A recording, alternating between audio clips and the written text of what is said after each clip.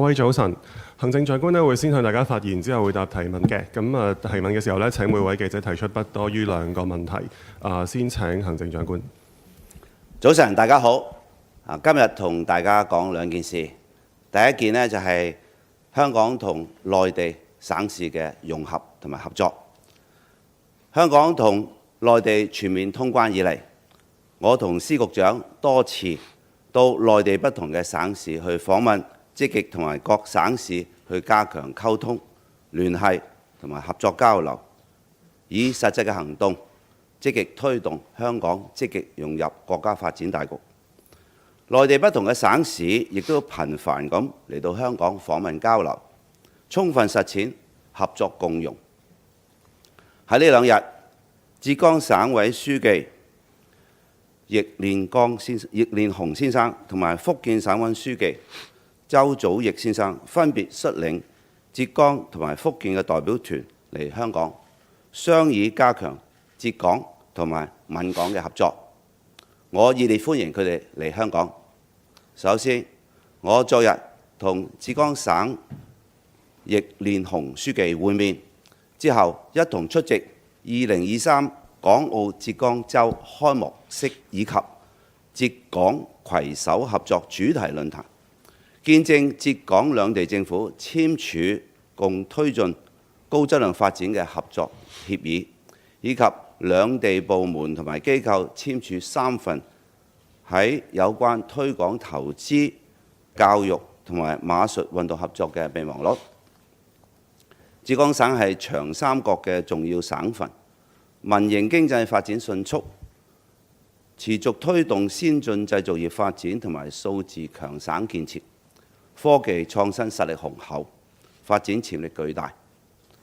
今年秋天將會舉辦杭州亞運會同埋亞殘運會，中國香港隊將派出1200人嘅代表團，其中係包括運動員佔800多人，係歷史上最大規模嘅去參與。另外，亦都會有200人代表團呢係參加亞殘運會嘅。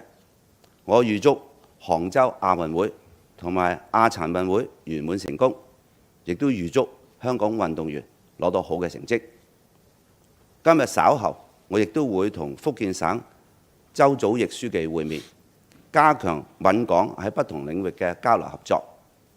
福建作為改革開放嘅前沿省份，持續強化支柱產業，加快發展現代服務業。福建去年嘅地區生產總值按年增長係4.7%，係高出全國平均水平嘅1.7個百分點。喺增速方面，更加同江西並列全國第一。香港同埋福建喺各方面嘅交流向來係密切嘅。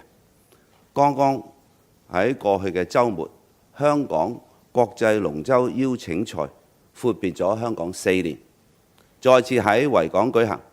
其中專程從福建福州嚟香港參賽嘅龍舟隊，更加喺國際公開金杯賽裏邊呢係勝出。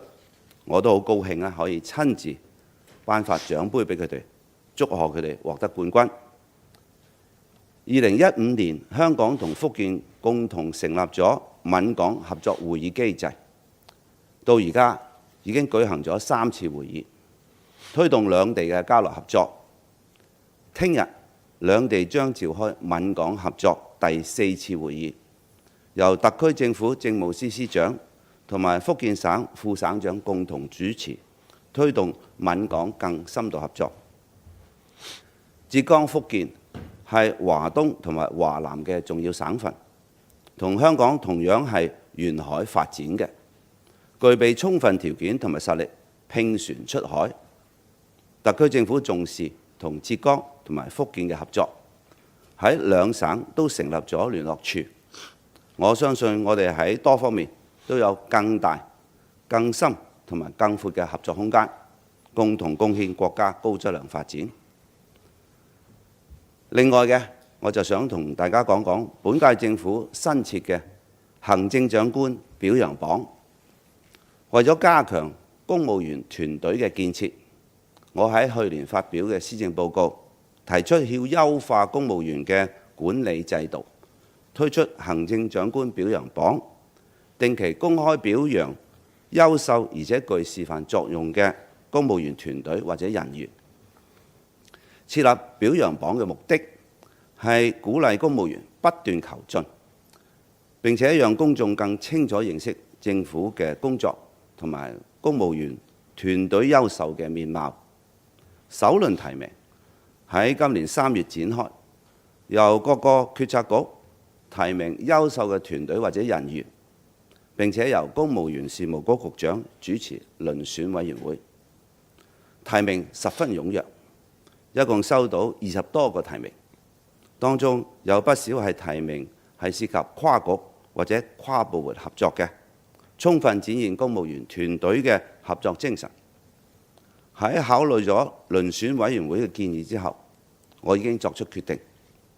我而家宣布，第一屆行政長官表揚榜嘅得獎者係喺土耳其地震災區協助搜救工作嘅香港特別行政區救援隊。一行59人嘅救援隊，今年2月被派往土耳其地震災區，成員來自保安局、消防處、衛生署以及入境事務處嘅同事。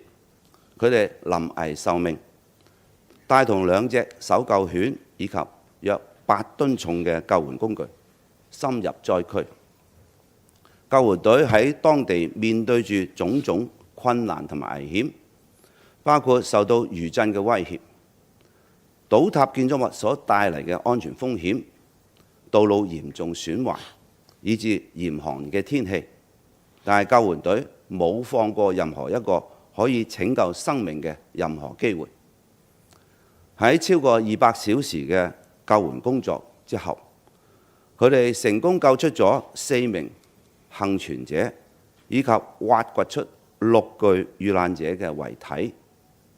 救援隊冒住風險，懷住拯救生命嘅熱誠、專業精神，發揮跨部門團隊力量，完成極其艱巨嘅任務，充分體現咗行政長官表揚榜嘅目的同埋意義。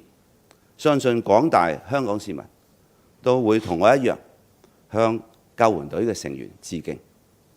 行政長官表揚榜嘅頒獎典禮將會喺7月中舉行，典禮嘅詳情會稍後公佈。多謝大家。跟住落嚟咧係提問嘅時間啦。請有意提問嘅記者咧舉手示意。請你發問嘅時候先介紹你嚟自邊個傳媒機構，同埋每位記者咧提問不多於2題嘅。第一位提問左手邊嘅前排白色衫男記者。早晨啊，特首 TVB 嘅。咁其實琴日咧，即係全國人大咧就公布咗咧，係會審議呢一個愛國主義教育法嘅草案。咁啊，針對特定人士嘅愛國主義教育咧，就包括埋港澳台同胞。其實草案包含埋港澳台同胞，係咪真係代表住可能以往香港喺愛國教育係咪有啲不足嘅地方呢？如果真係要推行嘅時候，同而家嘅國民教育、國安教育會唔會有唔同呢？有學者話要同內地一致，其實有冇諗過係點樣推行呢？另外就係琴日運輸署都加強打擊違規使用2蚊乘車優惠啦。咁但係其實全日咧都即係截至下晝5點都冇違規個案。即係預期呢一個為期2個月嘅行動成效有幾大？濫用嘅情況有幾嚴重呢？其另一個濫用嘅問題係長車短搭，即係政府有冇諗過有啲咩方案係可以解決到呢？唔該。我係非常支持愛國主義教育嘅，因為愛國主義教育呢係有助於我哋香港去建立弘揚愛國愛港為核心與一國兩制相適應嘅主流價值觀嘅。呢個主流價值觀喺7·1重要講話裏邊所提出嘅，我亦都非常支持同埋認同我哋建立呢一個主流嘅價值觀。喺愛國主義教育方面，其實香港亦都做咗大量嘅工作，包括我哋嘅中國歷史，以及維護國家安全，我哋嘅香港國安法嘅教育等等，以及認識國家政策、國民教育、推動我哋嘅青年人、學生去訪問內地不同嘅地方省市，都係去推動愛國主義教育，認識國家嘅發展同埋政策，亦都推動兩地人民交流，認識我哋中華文化。咁所以喺香港所做嘅一切，其實同愛國主義教育呢係非常適應嘅。而家人大常委會係審議緊草案，咁審完草案之後呢，就會決定通唔通過草案。無論之後嘅草案之後通過咗個法例呢，是否喺香港適用？當然香港是否去實施呢，係會經過基本法第18條嘅規定，係會係諮詢香港基本法委員會以及香港特區政府嘅意見，先由人大常委會決定嘅。但係無論點樣都好，特區政府都會對接喺愛國主義教育方面國家嘅要求嘅，因為呢個正正就係我哋特區而家係努力去建設緊嘅一個以愛國愛港為核心，同一國兩制相適應嘅主流價值觀。而我哋而家嘅國民教育、愛國主義教育呢，都已經喺我哋不同嘅課程裏邊呢係包含咗嘅，所以我哋係對接呢方面嘅要求呢，會係容易嘅。而且我睇到喺今次草案裏邊呢嘅條文係提出一點，亦都同香港嘅實際情況呢係好配合嘅，因為佢講明愛國主義教育應當把弘揚愛國主義精神與擴大對外開放結合起來，堅持理性、包容同埋開放嘅，亦都尊重各個歷史特點同埋文化傳統，借鑑吸收人類一切優秀文明成果。香港作為一個國際城市，亦都係一個開放同埋包容嘅城市。咁所以我哋一切嘅做法，包括愛國主義教育，以及同外國高度聯繫，同埋大家包容開放呢一個目標，同現在喺人大常委會正在審議嘅草案呢係一致嘅。另外有關於我哋打擊濫用2蚊乘車優惠呢一個措施呢，我哋係高調去打擊嘅。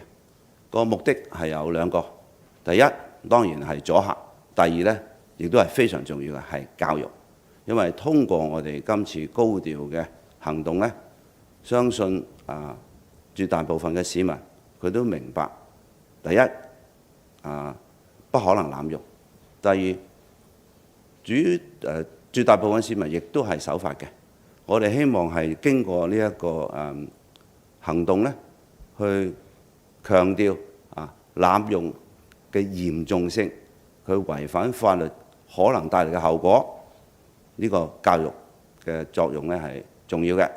第二呢，我哋都希望通過今次嘅打擊手法呢，令到市民知道係會有執法嘅，咁知道有法律效果，咁呢個有阻嚇作用。當然喺我哋今次嘅高調打擊嘅行動之後呢，我哋亦都會不時有突擊檢查，會係喺不預告之下會突擊檢查嘅。呢個亦都係慣性喺我哋執法方面係用嘅一個措施嚟嘅。咁但係我會相信絕大部分嘅市民呢都係奉公守法嘅。咁我哋希望用教育嘅手段配合埋我哋嘅執法手段呢，等大家唔好濫用。另外，我哋對於整個制度方面點樣去確保佢係用得其所呢？呢個我哋係會做研究分析。但係目前嚟講呢，我相信個優先呢就係令到市民唔好濫用，特別嗰啲係以為可以唔會俾捉到嘅，我哋會經過今次嘅行動呢，等佢哋明白問題嘅嚴重性。下一位提問嘅記者，左手邊後排嘅女記者。Thank you. Two questions from THK. So firstly, because this is your first year in office, could you tell us how would you rate in the past year your achievements and also inadequacies, if any, under your leadership? And can you share with us your goals for the coming year? And secondly, about the award, you just mentioned the CE's award for exemplary performance. Could you share with us the criteria and the reason for the rescue team to have won this award? Thank you. It's almost 1 year since I assumed the office of the Chief Executive. My experience and feeling about this year is there is a lot of things that require us to do. The demand of the work is heavy, but the meaning of the work that I'm required to do is also most important. We have lost 3 years' time because of COVID and also because of the 2019 violence and chaos. So there are a lot of things we would have liked to do, but didn't do as we wish because of the two problems. So we have to really chase back the time. So the amount of things that we want to do, of course, amount to really a lot. That will mean full commitment by myself and my team, and we will ensure that we will contribute our best, our efforts, our time, and energy to ensure that this is done properly. All the decisions I make affect everybody in society, so it is a heavy burden, a heavy responsibility that I must discharge very carefully to ensure that the decisions I make have taken into consideration of all the factors. That is why I emphasize on the need to listen to different views. And I have been accepting views. At the end of the day, of course, I have to make decision out of the different opinions. But I will take the overall interests of Hong Kong to make the decision.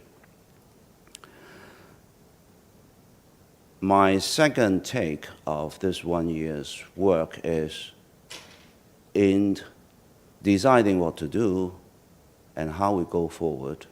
It is important that decision makers are willing to make decisive decisions, even if the decisions may not be pleasant to everyone. But at the end of the day, we need to make decisions because indecision is the worst outcome.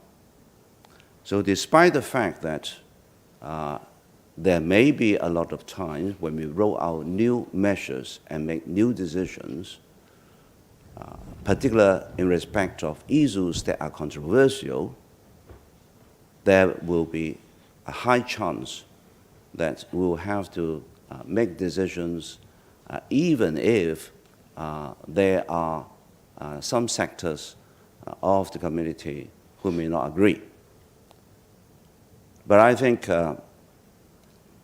in almost all decisions by the government,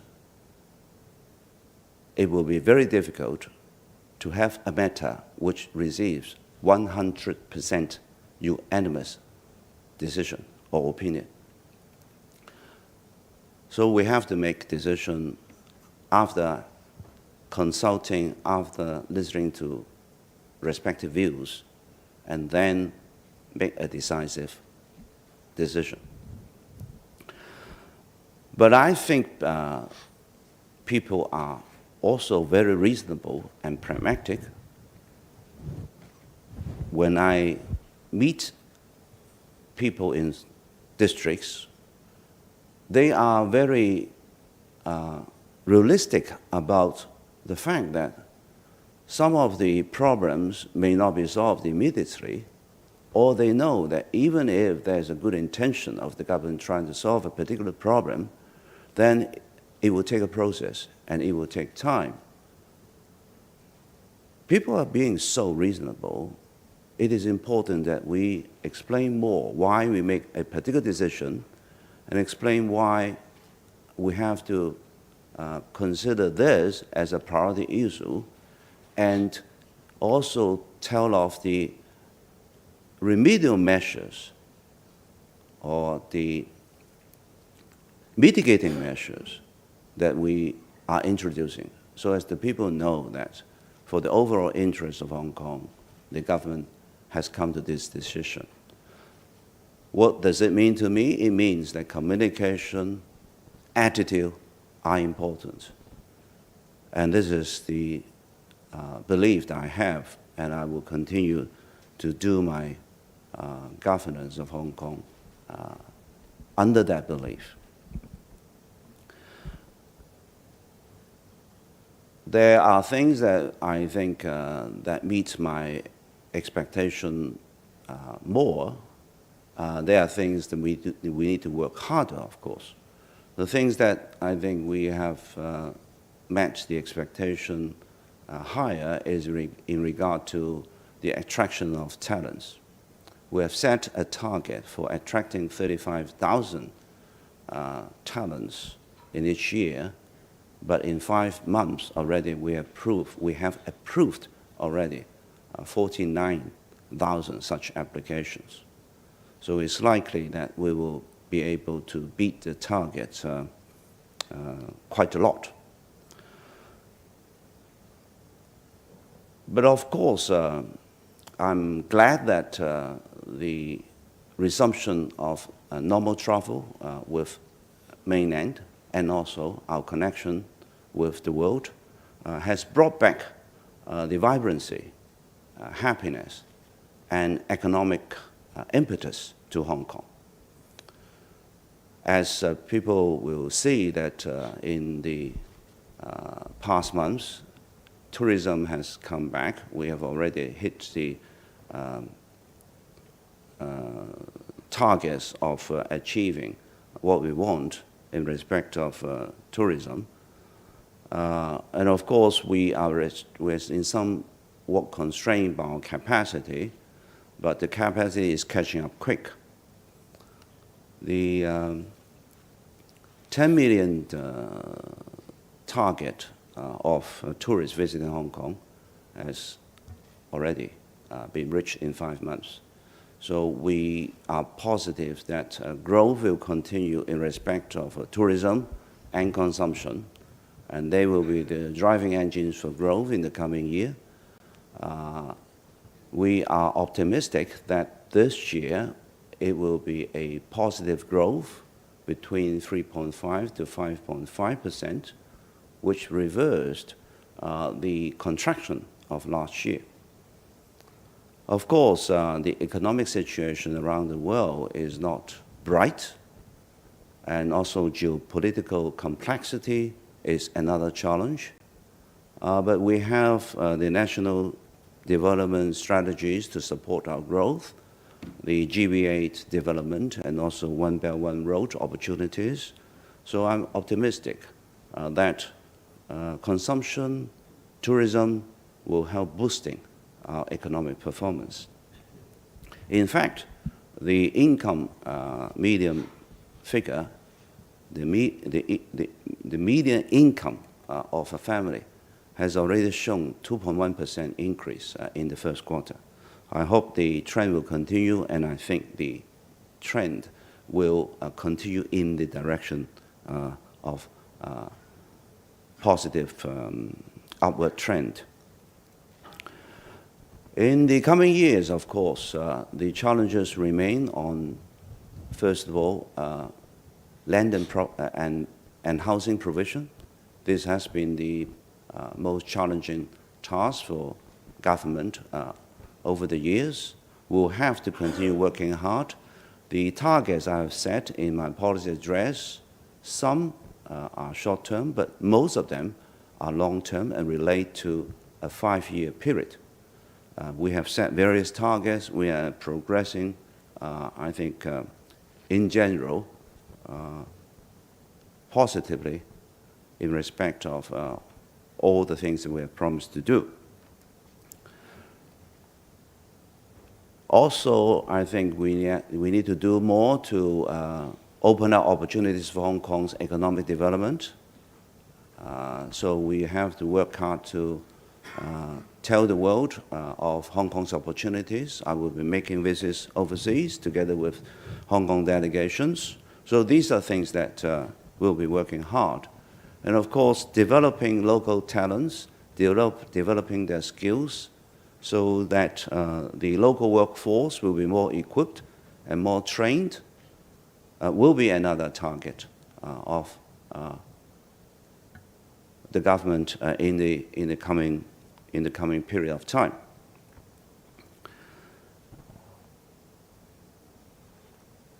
In regard to Xi's award for exemplary performance, then in my statements I've already described the importance and the purpose of the award is to really encourage government teams or government servants to do their best so as to achieve a level of excellence. There will always be the better. There will never be the best. But it is important they will act in accordance of a belief of continuous improvement and with the goal of always striking for excellence. I will use the awardees as examples to tell the civil service what are the things I want them to do. So if it is through awarding to the actual team whose work will tell the exemplary stories of what I would like to promote and I would like the civil service to subscribe to and work to. So it is a level of excellence that I want them to take as their day-to-day culture and doctrine. The selection committee, of course, sets high standards, and this includes a level which beyond general standard. It means a high level of cooperation. It means an attitude for doing beyond what is just basically required. So these are all standards that will be taken into consideration in looking at the cases. But the cases will be judged based on its own merits and based on the circumstances at the time. 時間關係咧，我哋解答今日最後一位記者嘅提問嘅，睇睇有冇記者有提問。左手邊前排嘅女記者。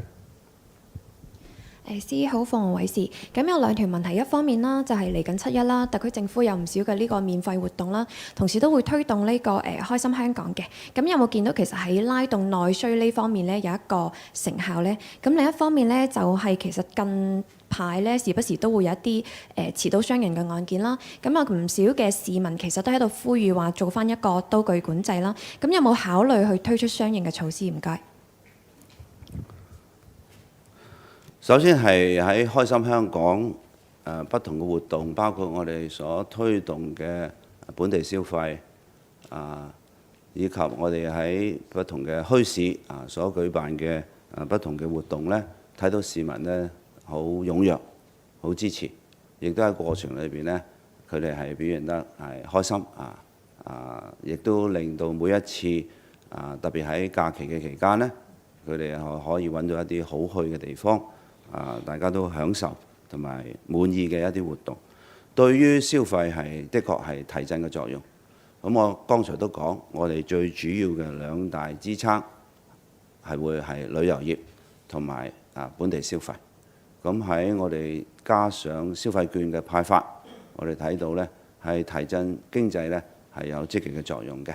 事實上我哋睇到喺消費方面呢，喺不同嘅領域有啲係幾個百分點，有啲係上升咗10幾個百分點，仲有啲呢係超過呢個平均數添。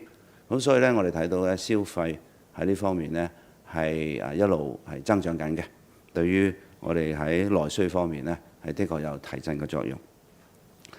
咁我亦都覺得呢，當呢一啲活動呢係搞得多呢，社會嘅整體嘅喺呢方面嘅動力呢同埋活力呢都會再強啲，咁從而呢就產生更多喺呢方面嘅推動力嘅。另外呢，係對於我哋近期社會有報道嘅一啲傷人事件呢，其實如果我哋睇整體嘅傷人數字呢，如果係同2019年當我哋喺疫情之前嘅情況比較呢，我哋喺譬如喺毆打方面呢，我哋係冇升到嘅，係跌嘅。當然啦，對比上年呢係會有上升。